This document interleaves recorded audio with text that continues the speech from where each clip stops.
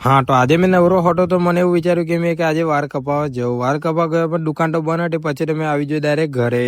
મને એવું લાગે કે ઘરે તો મેં વગર ફોગટ નો ઘરે પેટ્રોલ બગાડવા સારું ગયો, કેમ કે પેલા મારે જવાનું હતું ગેરેજ, પણ મેં આવી ગયો ડાયરેક્ટ ઘરે.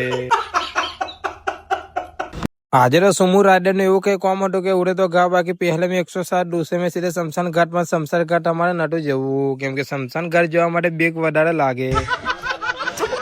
હા તો પછી તો અમારો આવતામાં કામકાજ ચાલુ થઈ ગયું પોલ મારવાનું, કેમ કે મને તો પોલ માર્યા વગર ચાલે ના, પોલ મારે તો જ સારું લાગે.